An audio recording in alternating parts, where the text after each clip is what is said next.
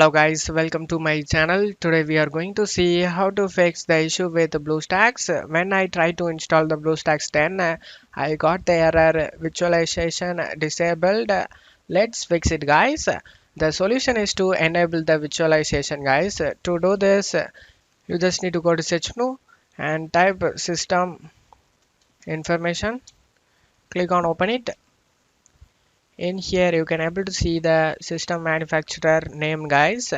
You just need to note it down and open up Chrome and search for your manufacturer name and motherboard BIOS key. After typing it, just search it and you will be get the BIOS key over here. Mine is F2. After getting the BIOS key, you just need to close it off here and go ahead and restart your PC. Just simply click on the restart. After selecting the restart, I will show after these steps in my mobile guys. Now I am in my mobile and taking video. Just click on restart. Now start pressing the F2 key. Start pressing your BIOS key guys. And the BIOS will open up.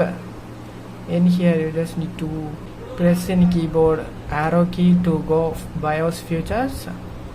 In here you just need to press the down arrow key to go down, and Intel virtualization technology you just need to press enter.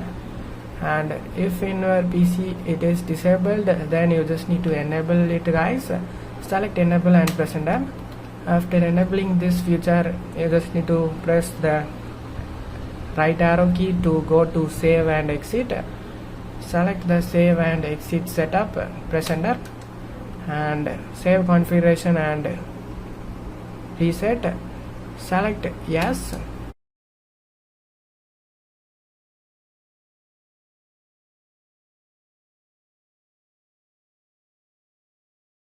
Now you can install Bluestacks without having any problem guys.